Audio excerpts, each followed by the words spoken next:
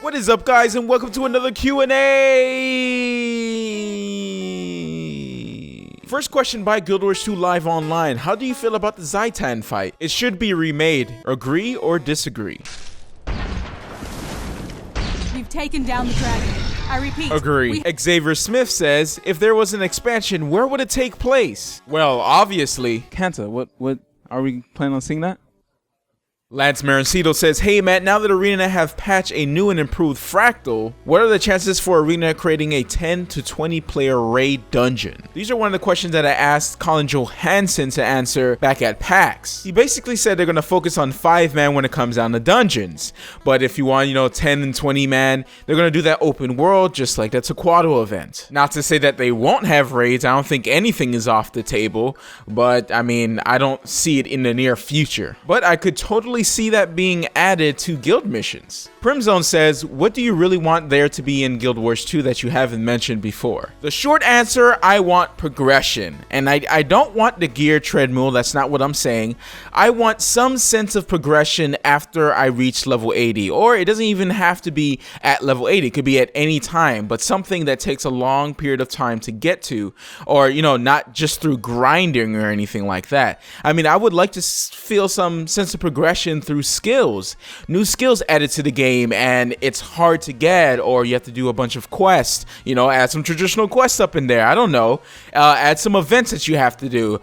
Something else, maybe the new area, there's gonna be some type of way to train your character to have some type of sense of progression with it, because I feel like it's missing that. Right now, Fractals is a good way to feel that sense of progression. It's like the hardcore, you're getting your rings, you're getting your fractal weapons that you can't get anywhere else, you're getting your agony resistance, you're preparing for the next level, which is gonna get harder and harder and harder. And I think they're doing some mega updates to it next patch, and it's gonna be pretty awesome, especially for people who are already motivated. Sad that the people are reset to 20. I mean, not reset to 20, reset to 30, and they would have to start from there, especially for those guys who are just like way up there. I remember the highest I've ever been was level 40.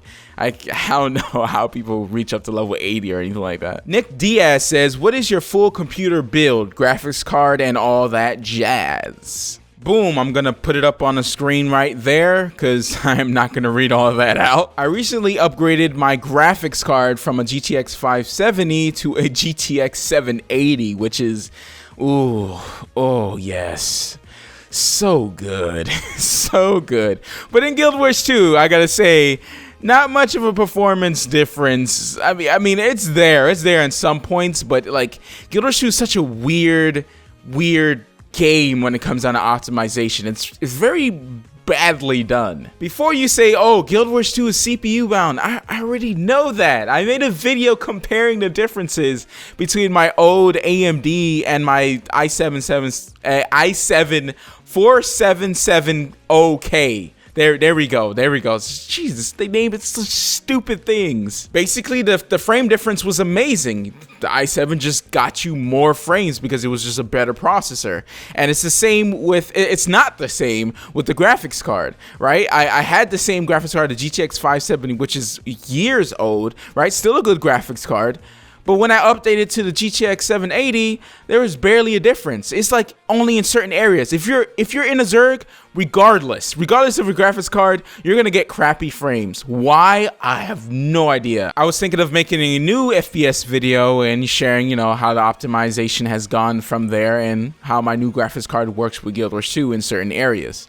But we'll see. Binage says, have you tried Illumination? That is a beautiful non-metallic gold. Thank you, because this is really good. Really good. I mean, look at this. Clark Gibson says, hey Matt, I finished my legendary. Now I'm terribly bored. What do you now do that you have your legendary? What motivates you to continue playing now? I need some inspiration. To be honest, I have no idea what to tell you, man. Like, seriously, if you don't like Guild Wars 2 or you haven't found that community yet where, you enjoy playing some dungeons with your guild and stuff like that, fractals, dungeons, world v world, PvP. If you're not into those things, then I think for people like us, really, well, after I got my legendary, I kind of felt the same way. I think we need more progression for our character. It seems like we hit this wall where the legendary is the highest we can go. Ascended armor or rings or whatever is the highest we can go, and then we just stop there. There's no way to improve your character after that. The answer to what do you do now? I play the living story patches and I play with people. That's pretty much what I do. Do a little bit of fractals, do a little bit of world v world with a group.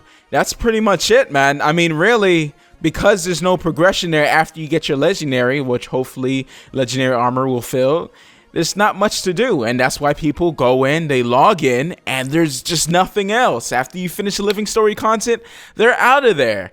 And it's such a big problem, and Guild Wars 2 needs to solve it, or something bad might happen, and that's just my opinion. Hopefully we get more patches like Fractured. Mr. Scratch and Sniff says, do you think there should be multiple sets of legendary armor per armor class to avoid uniformity? I mean, definitely as a standard, light armor, medium armor, and heavy armor should have their own legendary skins. I don't think they'll add more armors on top of that, but I think it's a good direction to go into.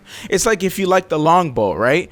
But you don't like the legendary longbow, there's no other option for you to go for a legendary, you know? You're kind of stuck with that longbow. Wasting some time here says, do you see the end of this whole Scarlett story arc, or is it even an arc? I think ArenaNet made her half the living story, and we need to have a final fight with her soon, or she will get real old. I'm kind of in the middle. Like, I enjoy Scarlett as a character, but I feel like the execution for her was really poorly done. For example, I got to the top of the tower and I find out Scarlett's behind everything. Like, we didn't know that, and I don't know, it's just like, okay, all right, can I get my reward? I mean, Scarlett's voice acting's on point, the writing is on point, at least for, you know, her lines. It makes me think that she's crazy, but the story is just like, okay, where is this going? You know, what's happening here?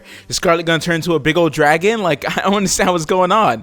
I mean, what happened to E? What happened to Keel being evil? Or, you know, Ellen Keel all of a sudden, oh, I'm evil with the red eyes and lion's arch. You know, what happened to all of that? It's like all of that just kind of fizzles down and you're just kind of left with meh. Scott McGuire says, do you ever think legendary weapons will ever be account bound? Now, Scott, you know this is something I really want to happen. And they did make the gem store tools account bound, so we can only dream. Anyways, go ahead and leave your questions down below so I can answer them in the next video. If you enjoyed the video, give me a like, share with your friends, leave a comment, say what's up in the comment section below. And stay visual.